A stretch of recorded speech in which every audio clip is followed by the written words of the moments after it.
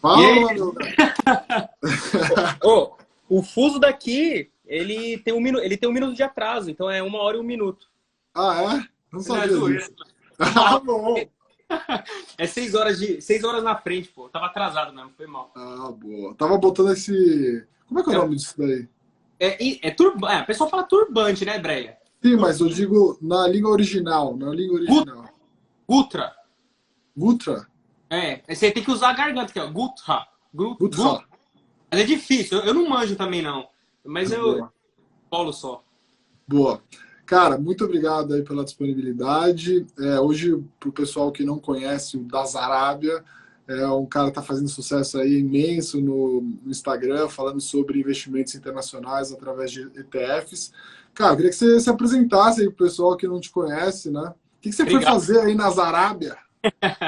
É loucura total. Eu sou doido, eu já falo pro pessoal. Pô, primeiramente, galera, meu nome é Eric, é o investidor das Arábia. Eu moro aqui na Arábia Saudita. Muita gente acha que é só o nick, né? É só o nome para chamar atenção, mas não é, né? Eu moro aqui na Arábia desde 2017. Eu vim para cá a trabalho, me chamaram para vir para cá, né? Uma faculdade aqui na Arábia. E eu trabalho com telecomunicações, com TI, né? E me chamaram para vir trabalhar aqui. Eu achei que era mentira desde o do início. Falei, pô, não é possível, né? Arábia Saudita. A gente não é comum ouvir falar da Arábia Saudita, né, Obreia? Não, não é. E aí eu falei, pô, não é possível. Mas aí eu fui olhar, analisei a empresa em si, o país. Falei, pô, vou dar uma oportunidade, né? E aí eu dei um passo aí na frente, com medo, claro, que é bem difícil quando você muda do país. Eu não sei se você já trabalhou no exterior. Esse passo Uhum. aí é muito importante, mas assim, você tem que ter coragem, né? Você tem que ir pra cima. E eu gostei bastante quando eu vim pra cá e eu queria mostrar isso de alguma forma. E eu Uhum. criei o Instagram em 2019, não só para mostrar a minha vida, mas também para falar de investimentos que eu comecei a entrar fundo mesmo em investimentos em 2017, quando eu comecei Uhum. no exterior, Quando você começou o quê? a investir no exterior. Ah, Dois- tá. Então, quando você estava no Brasil, você investia já aqui, né? Quanto tempo você investe? Desde 2015, mas eu Uhum. investi em renda fixa. Aham. Eu não. Pô, eu era um brasileiro comum, eu continuo sendo um brasileiro comum, né? Mas assim, eu era um brasileiro normal, né? Eu pegava metrô, trem, 2015, desde quando eu comecei a trabalhar. Eu começava a juntar sempre um pouquinho, mas sempre colocando em renda fixa, porque eu não tinha esse conhecimento que eu tenho hoje. Então, assim, a gente sempre procura achar aí opções seguras no Brasil.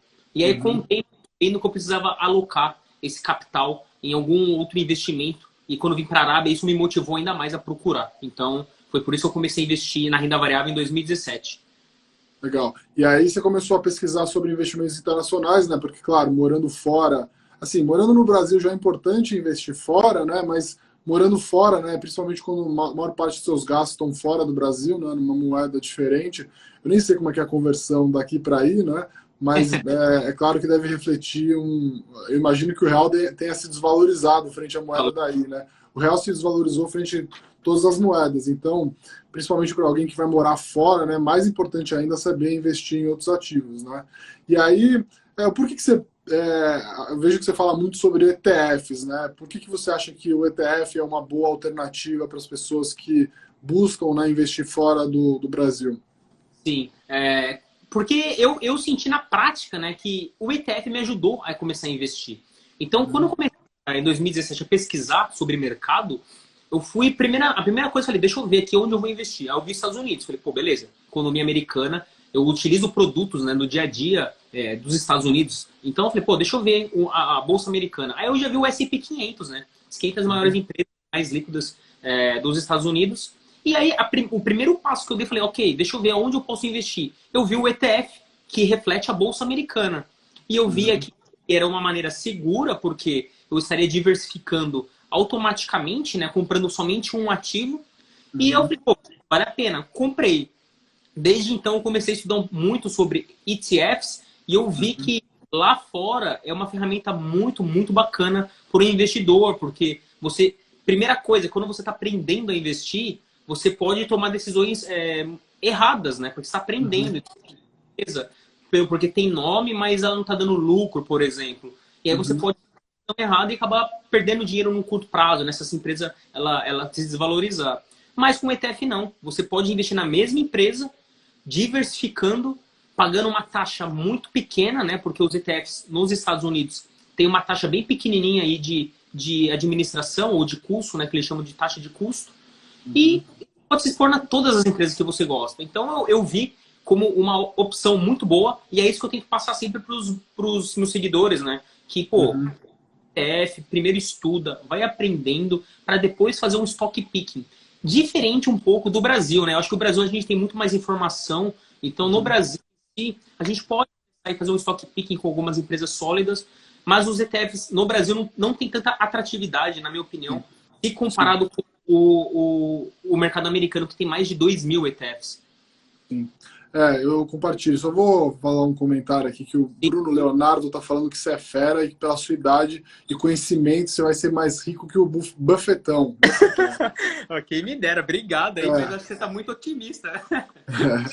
Não, eu concordo 100% com o que você falou. Eu acho o seguinte, né? O ETF ele é uma forma muito, muito fácil de você começar os seus investimentos. Por quê?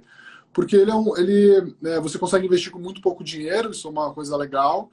Né? Tem uma taxa de administração muito baixa, geralmente, então você compra lá uma cesta de ativos. Né? Um ETF ele reflete geralmente um índice. Então, o ETF da Bolsa Americana, que dá para comprar aqui no Brasil, né? O IVBB11. Então, com uma compra só, você está comprando 500 empresas com uma taxa de administração muitíssimo baixa. Isso vai te dar alguma musculatura para você começar a aprender, né, a investir. Né? Então, tem essa facilidade do ETF. Eu também concordo com o que você está falando, porque é o seguinte, eu acho o índice brasileiro, né, o Ibovespa, um índice ruim, mal construído. Né? A Bolsa Brasileira ela é muito concentrada em poucos setores, e é o que está acontecendo agora, né? Se a Bolsa Brasileira não fosse tão concentrada em bancos e commodities, provavelmente a gente já estava acima aí da máxima histórica, né? Mas ela tem carregado a bolsa para baixo.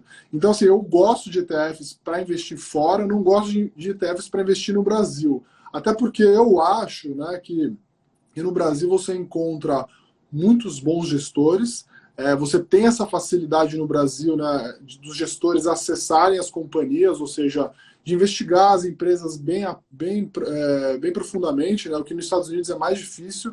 As empresas até têm medo, né, de receber investidores porque elas têm muito medo de por algum momento sair alguma informação privilegiada. Mas essa diferença no Brasil ela é muito gritante. Então eu vejo uma diferença muito grande entre a gestão ativa no Brasil, né, investir através de fundos tocados por gestores, né, ou comprar ações diretamente, stock picking, né, do que no resto do mundo, onde o mercado é bem mais arbitrado, as empresas são bem mais conhecidas, tem muito mais gente, e aí, se você for olhar, né, o histórico dos últimos 5, 10 anos, os gestores de gestão ativa têm sofrido para bater os principais benchmarks. Né? Então, eu acho que eu concordo 100% com você. Eu hoje, né, na minha carteira, eu gosto de comprar ações diretamente no Brasil, gosto de comprar fundos, eu compro geralmente ações, né, que os gestores geralmente não compram, que são small caps, microcaps, né? E vou até contar uma história depois aí que eu achei bem legal, mas assim, olhando para os ETFs, você também faz o stock picking dos ETFs lá fora, ou seja, como é que você toma, assim, o S&P é muito fácil, você quer investir na Bolsa Americana, você pega lá como é que é o nome? É o SPX, né? SPX é o índice, Agora, como é que você escolhe, por exemplo, além da Bolsa Americana, eu vou querer comprar a Bolsa, sei lá, a Bolsa japonesa, ou vou comprar o índice de tecnologia da China. Como é que você toma essa decisão depois de escolher quais ETFs também investir, né? Como você mesmo falou, e eu já vi até uma matéria sua, né, falando da Ibovespa, que o índice está bem retrógrado aí. Tem mais de 30% do índice é bancos, né? Enquanto lá fora, 30% do S&P é tecnologia, né? E o outro 15% é saúde nos Estados Unidos. Tem uma discrepância muito grande. Na parte de ETFs, o que eu sempre falo para todo mundo que está começando, sempre olha aí a Bolsa Americana, né? Você tem vários ETFs, né? Então você não tem só um. Então você pode olhar aí, você tem lá o SPY, IVV, VOO, aí você pode escolher e normalmente todos eles têm uma taxa bem pequena de custo e aí você tem a maioria deles, você tem PL médio, né? Que ele faz um PL médio de acordo com o peso das empresas. Você pode analisar isso, e é isso que eu faço. Mas antes, analisar o quê? Qual setor você se sente confortável, né? Não adianta você saber pegar coisa sem saber o que tem dentro desses ETFs, né? Eu acho que é muito importante. Então, tem muita gente que me manda, o que você acha de setor X, Y, Z? Eu não conheço, porque eu não me sinto confortável. Então, hoje, eu me sinto confortável em ter Estados Unidos, eu gosto muito dos Estados Unidos, então eu tenho o S&P 500, e eu também tenho um índice que é um índice global, né? Ele segue lá o indexador, que é o World MSCI, que é... MSCI. Exatamente, que é o RTH nos Estados Unidos, esse ETF. Então você vai ter grandes empresas americanas também, mas ele vai ter outras empresas aí da Europa, por exemplo, grandes empresas europeias e de outros países que fazem parte esse índice, né? Então você já consegue se expor globalmente. E aí você pode, de acordo com o seu gosto pessoal, começar a se expor em outros ETFs, né? E faz parte de um setor que você gosta, né? Eu gosto de Ásia. Você vai ter um ETF que vai ser Ásia ou China, vai ter um ETF China. Ou eu quero tecnologia chinesa, aí vai ter um ETF que é de tecnologia. Você consegue ir quebrando, né? Vários, você vai tendo as camadas até você pegar um ponto específico de um ETF. Então você pode fazer o que você quiser. E aí é isso que eu olho. Liquidez do ETF, a composição, né? É bem importante você analisar a composição e também analisar a macroeconomia, como é que está o mundo se comportando de acordo com o ETF que você está querendo colocar. Eu acho bem importante fazer isso. E assim, para o pessoal que não conhece, quando você quer olhar o que tem dentro do ETF, onde que você procura? Tem algum site específico? Eu sei que os sites da BlackRock, da vida, tem lá, né? Toda essa discriminação. Né? Exato. Você tem um site muito famoso aí, que é o etfdb.com. Esse site, ele vai trazer todos os ETFs, isso é bem bacana. E aí você pode clicar no ETF e você vê a composição das 15 maiores empresas do ETF em si. E aí você vê lá, você vê a liquidez, você vê a taxa de custo. Isso aí já são informações para você filtrar, né? Depois disso, o que você tem que fazer, você tem que ir no site da gestora, né? Da empresa em si que domina esse ETF. Ou a BlackRock, ou você vai na Vanguard. E lá vai ter a informação atualizada do ETF com a composição total, né? Quantas empresas totais, como é que está a perspectiva, etc, etc. E aí você tem que fazer esses dois passos. Primeiro você filtra, depois que você filtrou, você vai direto na fonte analisar aí esse ETF em si. Mas não só. Tem outras dicas aí que eu gosto de sempre analisar. Você pode ver se um ETF ele tem sobrepeso em cima de outro. Eu quero VOO e quero QQQ, por exemplo, que é o de tecnologia.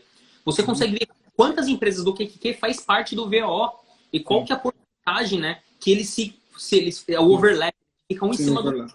Porque às vezes não compensa. Você vai pegar dois ETF que tem 60% a mesma coisa. Então você corre muito risco.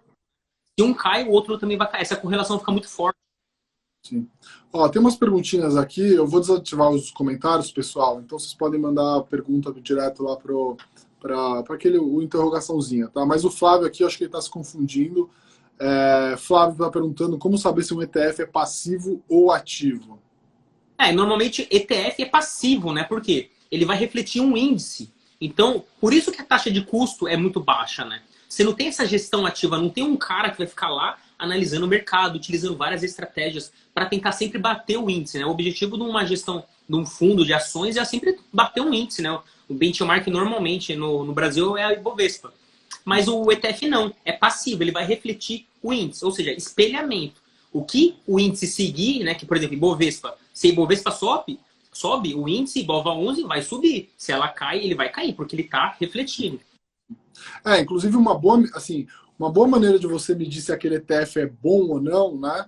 É o tracking error, né? Que é se aquele ETF se ele reflete exatamente o índice. Então, assim, o ETF, a ideia do ETF é refletir exatamente o índice. Então, assim, se você observar o comportamento do ETF, do índice, ele tiver uma correlação muitíssimo alta, quase 1, né? Esse é um ótimo ETF para você investir. Ele está fazendo um ótimo trabalho, ou seja, o dinheiro entra lá dentro daquele ETF, ele compra as ações, ele consegue acompanhar direitinho, né? Então, uma boa gestão, né, de comprar e vender as ações para refletir direitinho e com uma taxa de administração mínima possível, que aí vai comer o mínimo da sua da sua, da sua rentabilidade.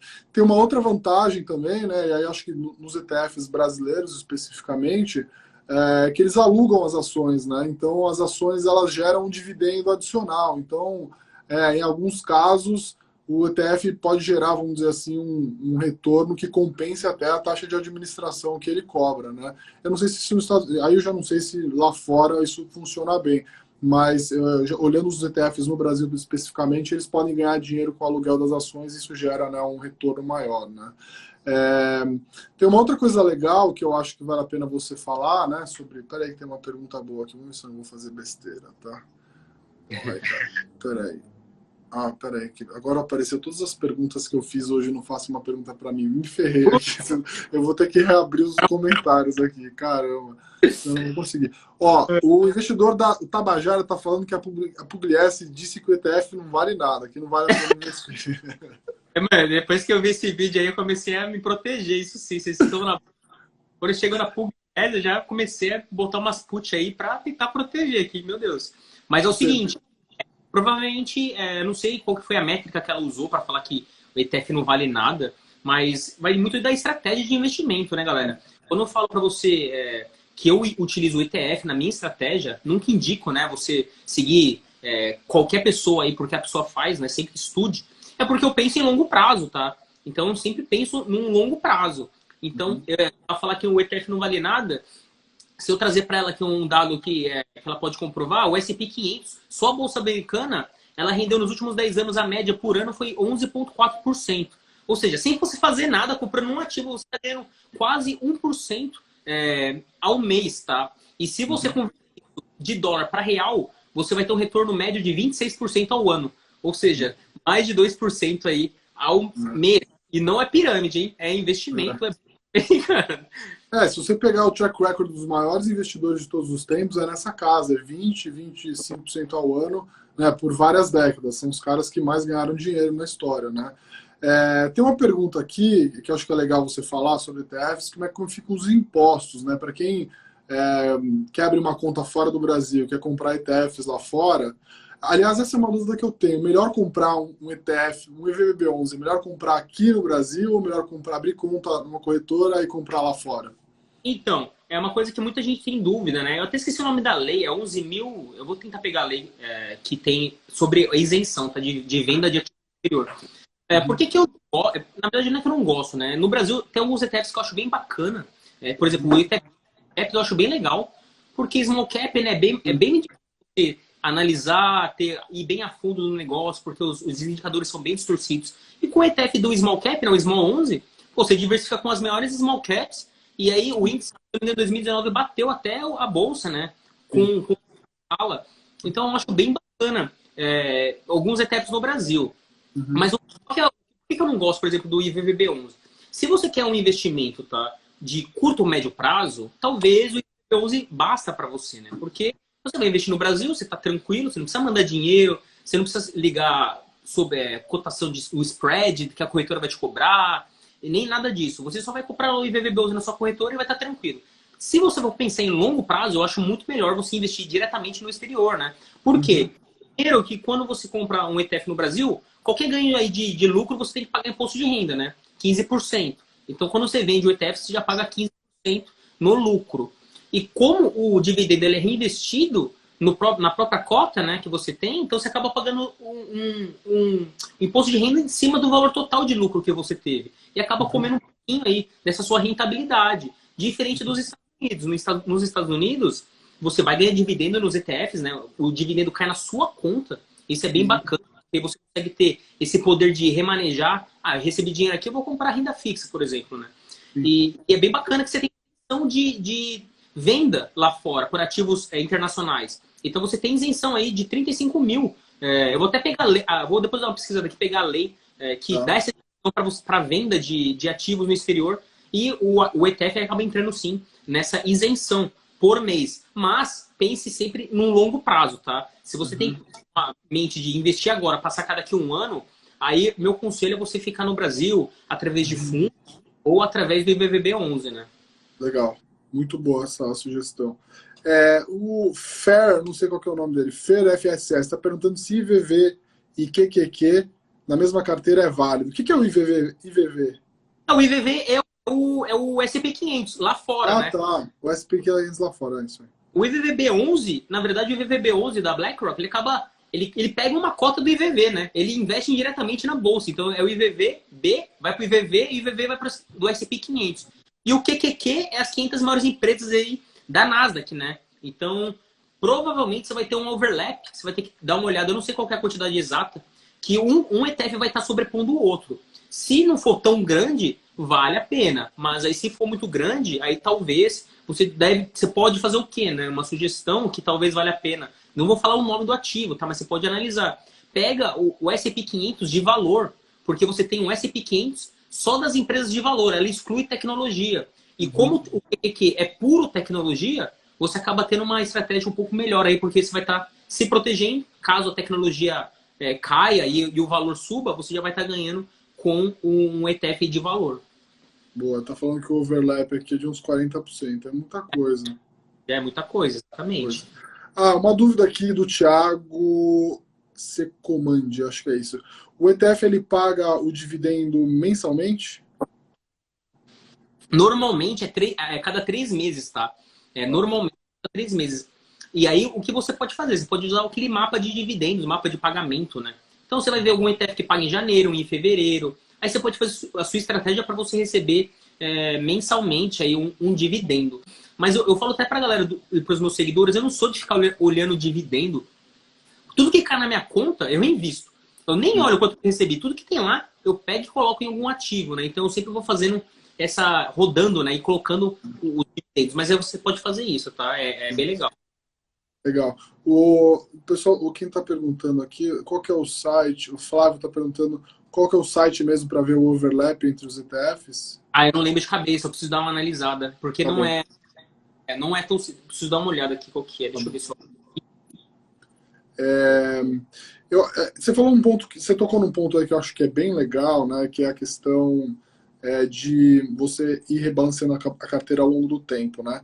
As pessoas ficam muito preocupadas, né, em acertar exatamente a composição da carteira, do tipo, você acha que 10% em renda fixa, 25% em multimercado, 30% em ações, mais não sei o quê, você acha que tá bom, beleza. Eu até falo que eu acho que tá razoavelmente bom. Mas aí como balancear isso daí, né? Porque às vezes as ações caem 50%, as ações sobem demais, está na hora de vender, reduzir e tudo mais. Realmente é muito difícil fazer isso ao longo do tempo, e é claro, a desvantagem disso é que você tem que, toda vez que você desfaz uma posição, você tem que pagar o imposto, né? Então também tem aí uma ineficiência do ponto de vista tributário. Mas a questão que você falou, né, de ter ativos que pagam dividendos e você ser um poupador recorrente, né, ou seja, uma pessoa que é bem disciplinada do ponto de vista de poupar todos os meses, isso diminui muito essa tensão, né, de estar sempre com a carteira do jeito que você tinha inicialmente planejado. Porque assim, se você poupa regularmente, você vai dedicar aquele recurso que você poupou no mês, né, para aquela classe de ativo que está mais depreciada, que tem mais oportunidade. A mesma coisa com dividendos. Então, assim, você tem umas ações lá que pagam uns 3, 4, 5% de dividendo ao ano. Você vai ter aí mais ou menos, né, dentro dessa tua carteira, 3 a 4% de dinheiro entrando que você vai remanejar ali sem pagar imposto, porque o dividendo no Brasil não é tributado, né, ainda, vamos ver o que vai acontecer. Mas você tem essa possibilidade de ir, né, ajustando a sua carteira ao longo do tempo. Então, a bolsa subiu muito e ainda você recebeu muito dividendo ali por setembro. Esse pode ser um bom momento de você alocar numa outra classe de ativo, esperar, guardar no caixa e tudo mais, né? Exato. Então, Eu faço isso, eu sempre vou realocando aí, na verdade não realocando, mas eu vou ajustando minha posição com aportes recorrentes, vejo onde não tenho, né, onde está defasado, e vou colocando lá naquele ativo para ele ficar com uma porcentagem bem bacana. Eu acho que a menina aqui, ó, a Tami, ela falou etfrc.com, exatamente. boa. Ele te mostra o overlap bem bacana para você ter uma estratégia vencedora aí. Boa. Tem algum ETF assim muito fora da caixa, assim que você olhou, falou, puta, esse ETF é muito legal, assim, nunca nem tinha pensado nisso, estudou bastante e achou que era uma boa ideia alocar o dinheiro?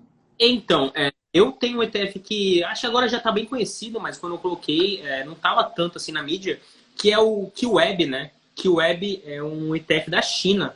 É um ETF da China que foca em tecnologia. Então é como se fosse um QQQ da China. E falando nisso, tem até um ETF que chama QQQ, é CQQQ, que é China QQ. Então, ou seja, também é o ETF da China de tecnologia, mas eu entrei no QQQ, no QWeb. O que ele é, né? Ele é um ETF que foca em tecnologia, tem empresas excelentes lá fora, Tencent, que é gigantesca, né, chinesa aí de infraestrutura. Então você vai estar focando na nata, né, da tecnologia chinesa.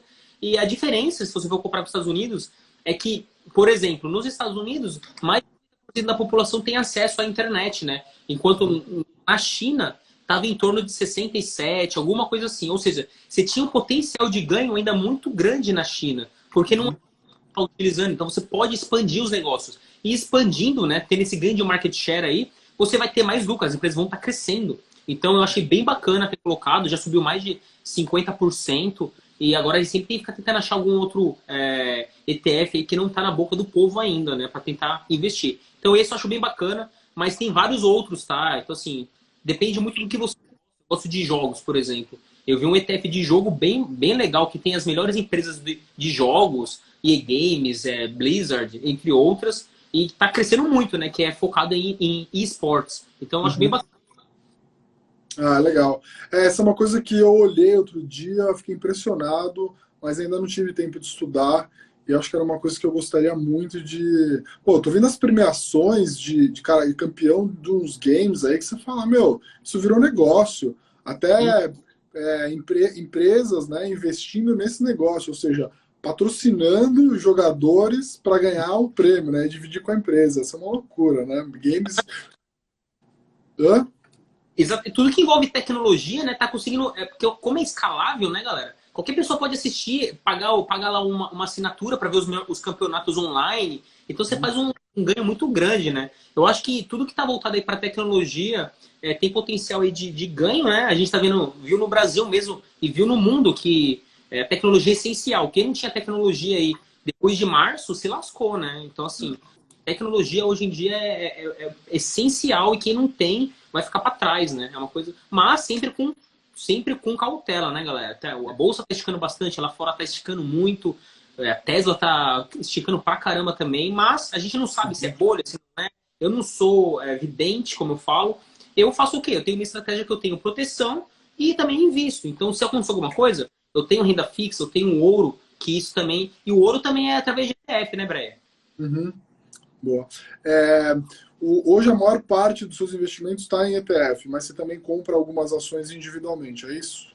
Sim, eu tenho o Facebook, eu gosto muito de Facebook, então eu Uhum. tenho uma porcentagem pequena em Facebook, mas a grande parte estão em dois somente, né? Que é o SPI e o RT, que é tanto a Bolsa Americana quanto Mundial. Então esses são os dois maiores. E eu estou aumentando com o aporte China, né? China e ouro. Então vai ficar mais ou menos em 4 ativos, todos os ETFs. Os outros talvez não valha a pena. Assim, Facebook eu gosto muito, mas como eu já tenho muita exposição através de ETF, talvez não compense eu ficar aumentando só o Facebook. Eu vou ficar com o ETF que eu gosto muito.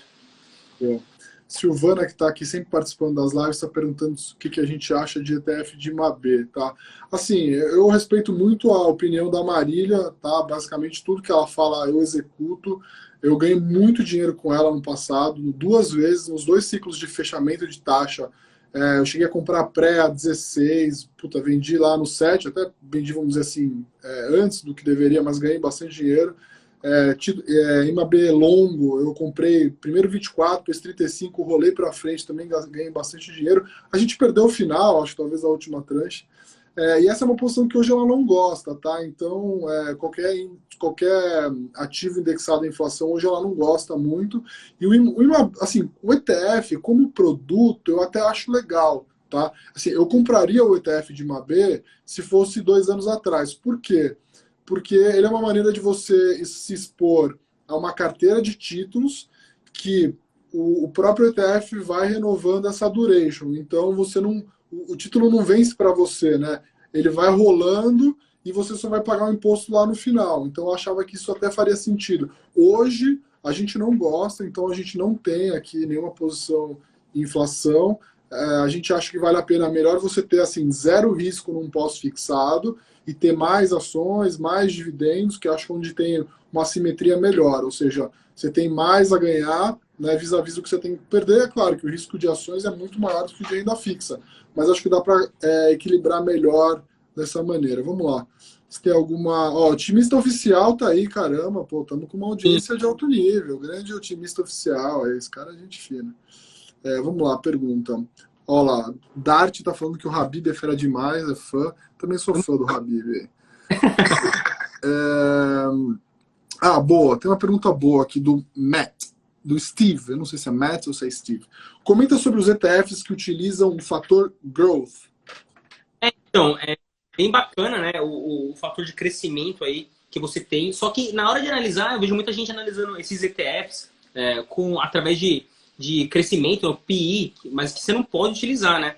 Você tem que olhar aí, quando a gente fala de crescimento, olhar o PEG ratio, que é o preço sobre o crescimento, o lucro crescente, né? Então, assim, você sempre o PEG, porque essas empresas de crescimento em si, elas vão estar sempre precificando o futuro, né? Então, você vai ver muita empresa aí com PL muito alto, com PEG ratio bem atrativo aí, para você investir, porque ela vai estar continuando te dando aí crescimento atrás de crescimento, como está acontecendo com empresas. Então, eu acho bem bacana, eu gosto muito, até porque no Brasil a gente não tem aí empresas, né, de tecnologia que, na minha opinião, são grandes opções de investimento. Então, no Brasil, eu gosto de focar bastante aí em empresas pagadoras de dividendos, energia, bancos, que eu acho que no Brasil tem bastante empresas boas. E aí eu deixo para o exterior também para focar em mais crescimento e mais tecnologia, porque isso complementa um portfólio, né? Então fica bem bacana aí. Então... Legal. A Binha está perguntando se dá para investir em ETF chinês com conta em corretora americana. Eu vou responder essa para você, tá? Assim, o Brasil é um país muito fechado, tá? Então, ou seja, para o investidor brasileiro investir fora é um saco, né? Assim, através da corretora, hoje você consegue através dos ETFs, é claro, né? Mas ETF é uma coisa bem recente no Brasil, né? Existe, sei lá, há pouco tempo, e há pouco tempo ganharam tamanho, né, e liquidez. Mas as bolsas no redor do mundo, as bolsas e as corretoras ao redor do mundo, né, são muito mais sofisticadas, né? Vou te dar um exemplo, né? Você pode ter tem várias corretoras na Europa, por exemplo, onde eu tenho conta, que você pode, dentro da sua corretora, por exemplo, em Portugal, operar todos os países do mundo, ETFs e ações, e você pode escolher assim, eu quero dolarizar uma parte da minha carteira, eu quero botar em Libra uma parte da minha carteira, eu quero deixar uma parte em euro. Ou seja, você consegue diversificar em várias moedas algumas partes da carteira. Eles conseguem quebrar, né, de uma maneira muito mais diversificada. O mundo é muito mais globalizado, né? O Brasil, nesse sentido financeiro, é muito difícil. Inclusive, para investidores estrangeiros investirem no Brasil, é bem proibitivo, né? As regras que a própria Bolsa, CVM, enfim. Então, sim, respondendo a sua pergunta, tendo conta numa corretora americana, praticamente você consegue comprar qualquer ativo do mundo diretamente ou através do ETF. Pode ter alguma restrição, né? Eu acho, não sei, aí você pode responder melhor para mim. Que um americano provavelmente vai conseguir comprar mais ativos. Um investidor estrangeiro com conta americana pode ter algum tipo de restrição para alguns ativos. Não tem? Pelo menos na Europa, assim, eu já vi algum tipo de restrição, né? Eu sei que dependendo da corretora tem restrições de apresentar alguns ativos, né? Então, assim, eu nunca passei por isso, de ter nenhuma restrição, não sei se é por lei, né? Mas, assim, você, como uma pessoa física que está começando a investir, é maravilhoso o mercado americano, porque de lá você vai ser um aeroporto aí para qualquer outro país, né? Então você não precisa abrir uma conta em cada país para começar a investir. E hoje em dia, com a tecnologia, você abre conta em corretora aí sem falar inglês, né? Totalmente português, você manda o dinheiro através de uma rede para os Estados Unidos. Então, assim, hoje está muito, muito fácil você investir. Basta você começar a ter uma estratégia que tenha uma parte em dólar, e eu acho muito importante, tá, galera? Você não ficar rendido aí 100% no Brasil, mesmo você falando que o Brasil é a terra das oportunidades. Cara, o Brasil representa 1% do mercado global aí, market cap de renda variável, né? Então, se exponha também lá fora. Não fica perdendo tempo. Eu acho que é bem assim, e eu sempre... Eu dou chicotado nos meus seguidores, ô Brad. Desculpa aí, mas é que eles, às vezes eles teimam, mas depois eles veem que vale a pena ter uma porcentagem. Boa. Tem um dado interessante, né? O Brasil acho que é 3% da população mundial, 2% do PIB mundial e 1% do mercado de capitais do mundo. Então é 3-2-1. Para você ver como o mercado de capitais brasileiro é muito pouco desenvolvido, né? Eu tenho uma pergunta para te fazer. Qual que é a melhor maneira de você mandar o dinheiro para fora? É via como é que chama? Aqueles nossos TransferWise da vida, um remessa online? Essa é a melhor maneira? Então, depende, né? Depende para qual corretora você vai fazer. Você vai ter que colocar, você vai ter que fazer o papel, né? Botar na balança aí qual que vai ser a melhor maneira, quanto de spread uma empresa dessa como TransferWise ou Remessa Online irá te cobrar, né? E quanto que já faz essa conversão automática irá te cobrar. Tipo a Avenue, né? Avenue, exato. O iOS vai acabar pagando de qualquer jeito, né? Mas depende muito da pessoa. Se a pessoa quer comodidade, compensa muito mais ela já fazer uma TED, chega no computador, já vai estar lá, clicou um botão, já vai cair. Do que você fazer mandar para a remessa mandar o seu dinheiro para a conta americana que você tem, e aí você comprar o seu ativo, né? Normalmente, e eu faço, tá? Que eu falo pro pessoal, cara, utiliza o serviço que já tá aí, você tem muito mais vantagem, então manda uma TED mesmo, porque no longo prazo, tá, galera? Novamente, no longo prazo, essas rentabilidades bons ativos, você não vai sentir muito essas taxas, pequena taxa, até porque o dólar em si, no longo prazo, ele tende, né, a se valorizar. Então, assim, já viu que, de 10 anos atrás até agora, o dólar se valorizou. A probabilidade do dólar continuar se valorizando é maior do que o real se valorizar sobre o dólar, né? O que eu não vejo isso, até porque nós temos muito mais inflação aí do que lá fora. Então, eu acho que para quem está começando, para não fazer nenhuma cagada aí da vida, manda aí pelo aplicativo e depois, com o tempo, vai pesquisando outras maneiras. Boa. O Fefo está fazendo uma pergunta aqui se existem ETFs setoriais. Sim, tem vários, né? Fala aí, dá um exemplo de ETFs setoriais. A gente falou de tecnologia, a gente falou de games, mas deve ter de tudo, né? Tem de bancos, fala outros aí legais. Tem de banco, né? O XLF, por exemplo, XLF. Em vez de você pegar um banco, você vai pegar os maiores bancos. E, você tem muito banco bom lá nos Estados Unidos, né? JP Morgan, Wells Fargo, US Bank. E aí você vai se diversificar. E, viu que depois da crise que aconteceu em março, o S&P 500 voltou muito forte, mas empresas de tecnologia. Então, você teve muita empresa aí de consumo, muita empresa de bancos financeiros que ficou lá embaixo, né? A rentabilidade não voltou ainda. Então, talvez você tenha aí empresas que pagam bons dividendos. Então, o XLF, por exemplo, você vai ter bancos, né? Você vai ter o XLU utilities, ou seja, energia, saneamento, também pagam dividendos que você pode se expor. Você tem de consumo, né? Eu acho que é o XL o quê? Acho que XLY, se eu não me engano, tá, galera? É de consumo. É consumer discretionary. Então, é consumo cíclico, né? Então, você tem de tudo, tem de tudo. Eu não consigo memorizar tudo, né, galera? Muito ETF. Mas, aos poucos, pesquisando lá no etfdb.com, algum setor. Tem até ETF de renda fixa. Muita gente me pergunta, né, Breia? Como eu faço para deixar um dinheirinho na renda fixa, tal, nos Estados Unidos, né? Do que deixar parado na conta da corretora. Você tem bastante ETF. Põe aos Treasury, ou Bound, que é dívida corporativa de empresa, como se fosse a debenture. Você tem bastante ETF desses que pagam um alto dividendo, né? Uns 5%, 6% ao ano. Então é uma outra opção bacana que eu acho legal você ter uma porcentagem. Legal. Tem umas perguntas boas aqui. O pessoal está participando. Pessoal, muito legal a participação de vocês aí. Quem por acaso não conhece o investidor da Zarabia, depois vai no Instagram dele, faz um trabalho muito legal. Todo dia posta um monte de coisa legal. Aprendo muito com ele, além de ser um cara gente fina. Falou pra mim que sabe jogar bola. Vamos ver se no final do ano ele vai aparecer aqui pra gente jogar uma bolinha. Hein? Sim, eu não falei que eu sei jogar bola, não, velho. Você sabe. Lá, pulando goleiro. O Bernardo está perguntando qual a opinião de vocês contra ETFs lastreados em renda fixa de países emergentes. Ixi, isso aí então, às vezes eu vejo... Teve gente que perguntou se tinha ETF na Venezuela. Vocês estão doidos, velho. Vocês estão doidos. Vocês procuram sarna. Eu não gosto, mas aí vai de cada um. Eu acho que você tem um risco maior aí. Você tem ETF de renda fixa, né? Que vai ter países emergentes. eu já até acho que falei de um, se eu não falei, irei falar porque eu estava analisando. Eu não sei se é o EMB, acho que é EMB. Se eu não me engano, aqui, que ele tá com renda fixa de países emergentes. Mas eu acho que, pô, você tem tanta coisa boa, foca em alguma outra coisa que te dá um pouco mais de segurança, né? Só se você quiser arriscar uma porcentagem bem pequena da sua carteira. Mas eu não tenho, tá? Então eu não posso falar com propriedade se é um bom investimento ou não. Boa. E o que você acha de ETFs alavancados? O Marcelo Gomiero está perguntando. Risco compensa? Tem ETF, você tem ETF de alavancado, você tem ETF short também.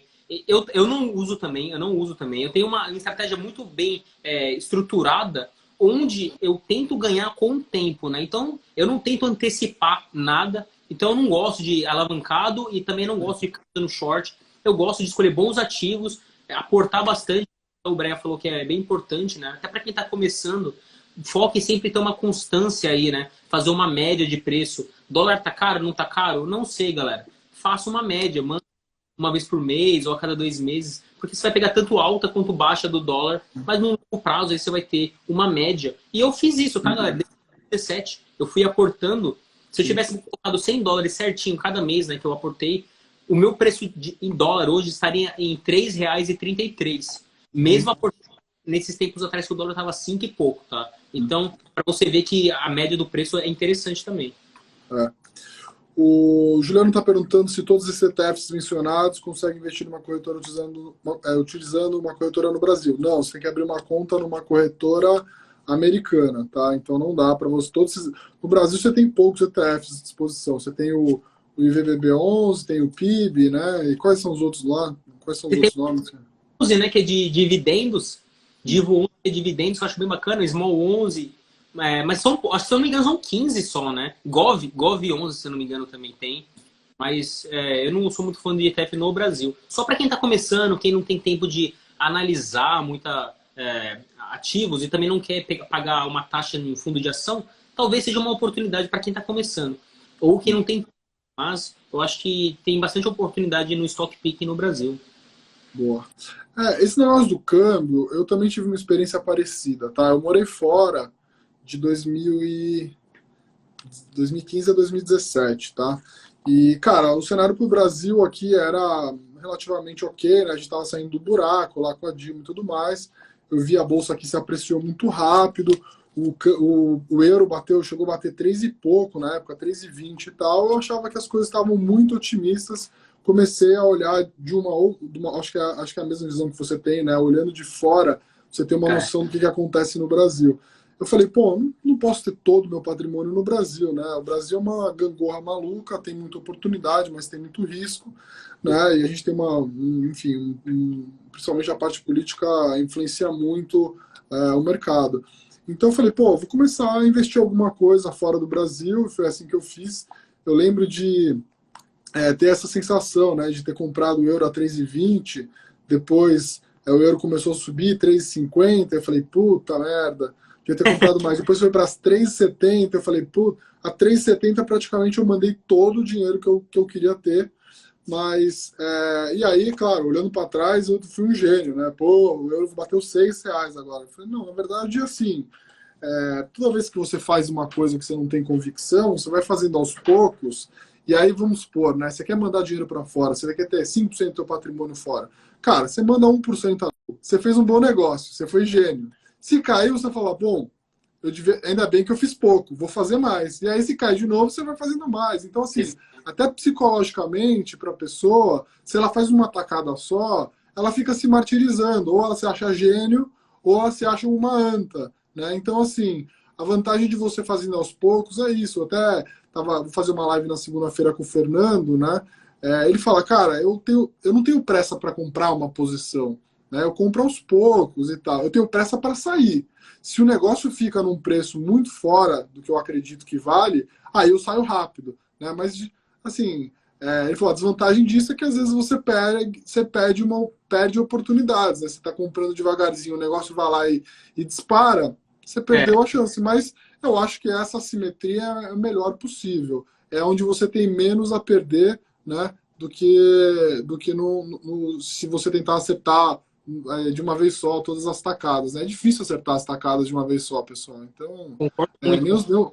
Nem o pessoal que está há muito tempo faz isso, né? Ó, já estão perguntando quando vai ser a nossa próxima live. Já- Ó, tem uma boa aqui também. O pessoal está perguntando se tem ETFs de cannabis. Tem, né? Não, eu não tenho, Não, mas não, lá. não. Mas Ah, não. existe.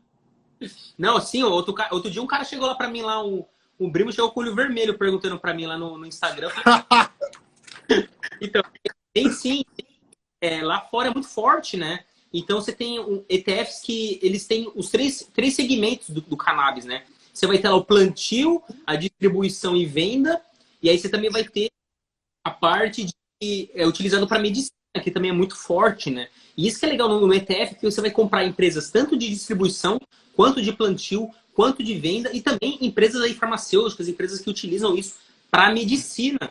Então você consegue diversificar, mas o setor em si, né, é muito ainda especulativo, né? Tem muita coisa aí que estão em estudo, talvez no futuro bombe, mas agora a performance dos últimos 5 anos, dos últimos 3 anos, não é boa, né, para essas empresas. Principalmente agora que caiu, e é um setor aí que o pessoal não é setor essencial para o pessoal sobreviver. Então, eu não tenho, mas tem várias opções, tá? Tem bem grande lá fora.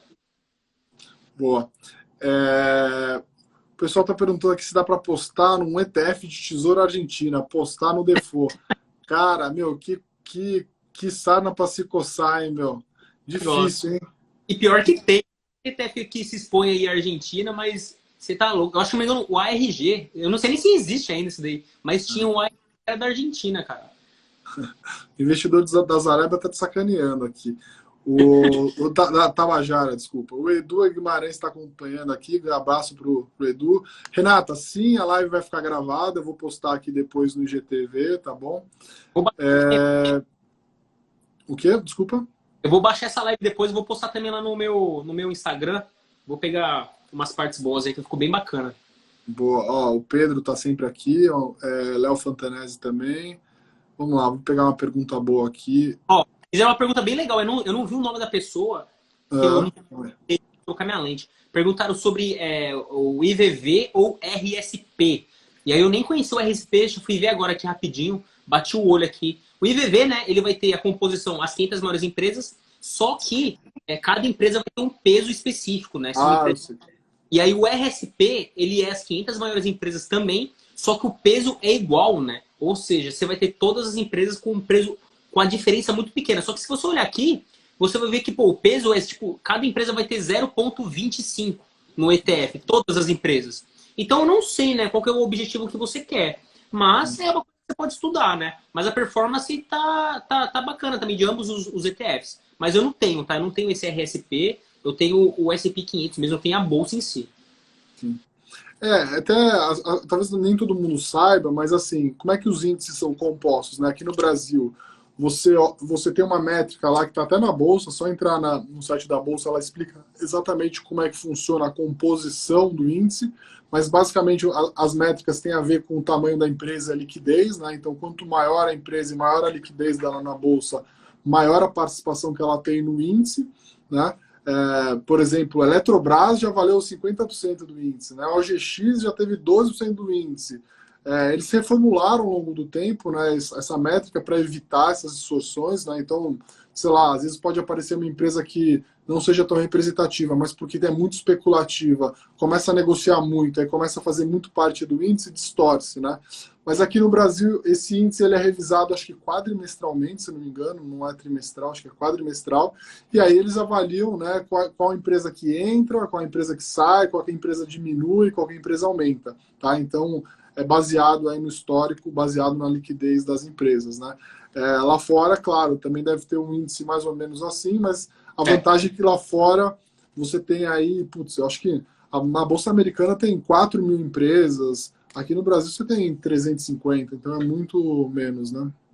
Até se você pegar, acho que a Nasdaq em New York S6, você vai ter mais de 5 mil, se eu não me engano. É muita coisa, né? E até o interessante, não sei se o pessoal sabe, a Tesla não faz parte, né? Ela não faz parte do S&P. E aí já estão querendo que ela entre porque ela tá com uma negociação muito grande, né? É porque é muito nova, não entrou ainda ou tem alguma outra razão? Porque ela é nova ainda, então, e ela tava. Se eu vou pegar um ano atrás, ou até menos, ela estava dando prejuízo, né? Agora que ela começou a entrar nos trilhos, esse trimestre apresentou lucro, né? Então, eu acho que agora já estão. Ela está com as características para entrar no S&P 500, mas eu não sei, né? Vamos acompanhar o desenrolar dessa história. Por que o pessoal te chama de camelo manco, ETF do camelo manco? Eu chamo eles e eu invento esses negócios aí, eu chamo todo mundo de camelo manco, camelo albino. E eles ficam me chamando de aí também, né? Esses caras são doidos. Esse é meu pai. São tudo. Tem um pessoal de Chapecó aqui, mandando um abraço. Camilo, não sei se você conhece, também se acompanha você aí. O Camilo mora na. Ah, é? É. Ó, o ETF EEMV, o Kleber tá perguntando, você conhece? Não conheço, cara, não conheço.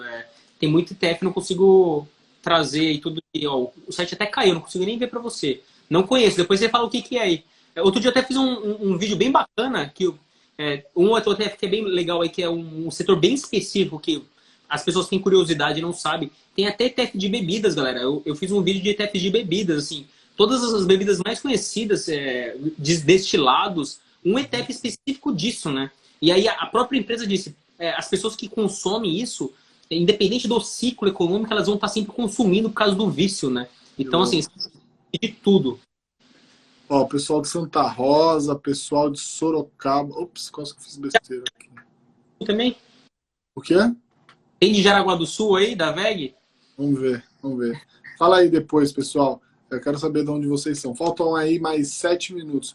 Que outras coisas legais aí que você olhou nesse tempo todo aí morando fora, que você aprendeu, assim, que você achou muito diferente, que você não teria aprendido se você estivesse no Brasil ainda? Eu acho que é bem legal quando você mora fora, que você consegue olhar com outras perspectivas, né? Principalmente quando a gente traz para investimento é a mesma coisa. Eu vi, porque eu tinha muito, quando eu morava no Brasil, um viés doméstico.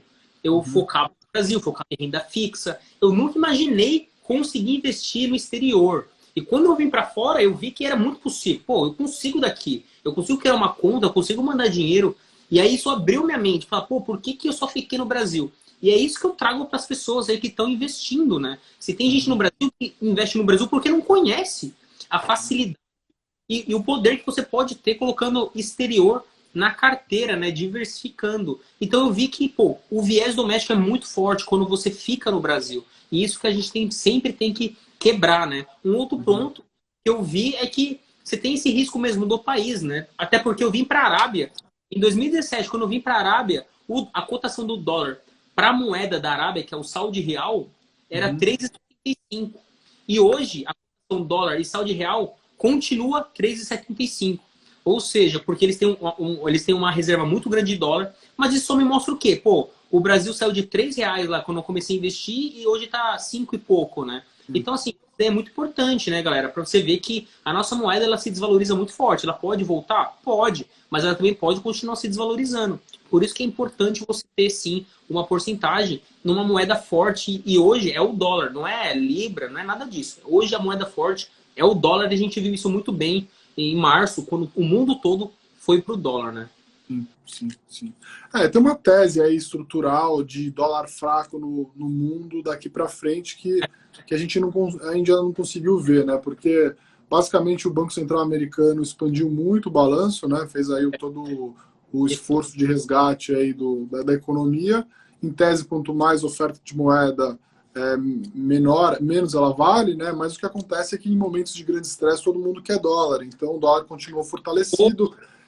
Tem uma vantagem, claro, né, que os Estados Unidos é uma economia bastante dinâmica, então as empresas americanas tendem, né, a suportar melhor esses grandes solavancos e tudo mais, são empresas bem posicionadas ao redor do mundo, então a gente está vendo um dólar forte ainda por muito mais tempo, né?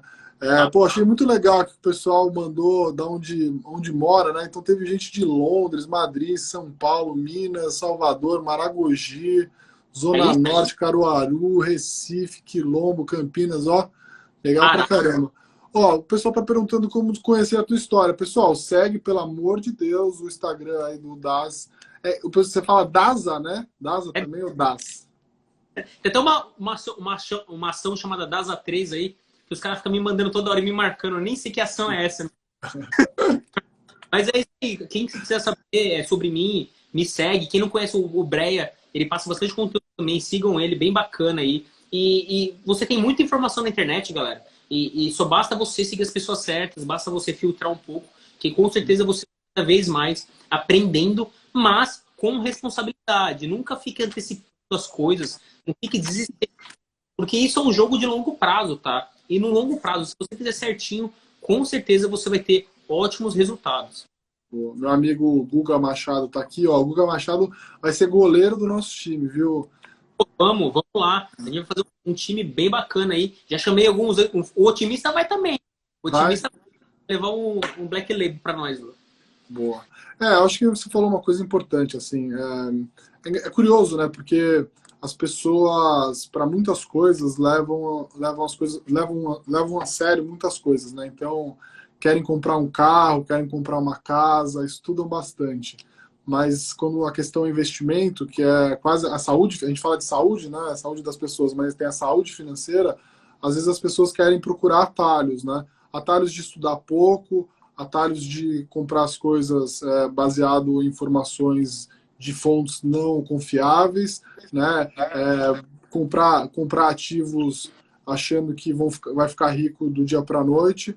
Como eu disse, né? Os maiores investidores de todos os tempos acumularam retornos ao redor de 20%, 25% ao ano. Exato. Então, esse é um retorno que assim, é espetacular, que vai fazer qualquer pessoa ficar rica se você tiver tempo. Né? O Buffett até fala que o problema das pessoas é que ninguém quer ficar rico devagar, todo mundo quer ficar rico rápido. Então, acho que é isso. O investidor da Zarábia aí, sempre passando um conteúdo muito, muito legal no Instagram. Sigam ele. Fala muito sobre ETF. Eu acho que ETF é uma coisa que vai ficar cada vez mais forte daqui para frente, né? E vamos ver se a gente marca aí mais lives para falar sobre outros assuntos também. Se você quiser aí falar sobre outros assuntos que não os ETFs também, depois você me fala. Estou aqui à disposição sempre. Você gosta bastante de fundos, né, de investimento. Eu acho bem bacana a pessoa ter numa estratégia aí, uma parte em fundos também. Eu tenho alguns fundos na minha estratégia e a gente pode voltar aí e falar disso daí. Aí eu te pergunto as coisas. Fechado. Cara, e ó, o pessoal tá falando. Ninguém falou que a gente é parecido, viu? Mas a gente. Claro que a gente é irmão gêmeo, mas parecido. A gente não é. Aí, ó, e posta lá falando, escreve gêmeos lá nos stories. Beleza. Pessoal, muitíssimo obrigado. Eu só vou mandar tirar um print aqui agora, para registrar a live. Valeu. Grande abraço aí, irmão. Bom final de semana aí. Obrigado, pessoal, por ter participado. Até a próxima live. Valeu.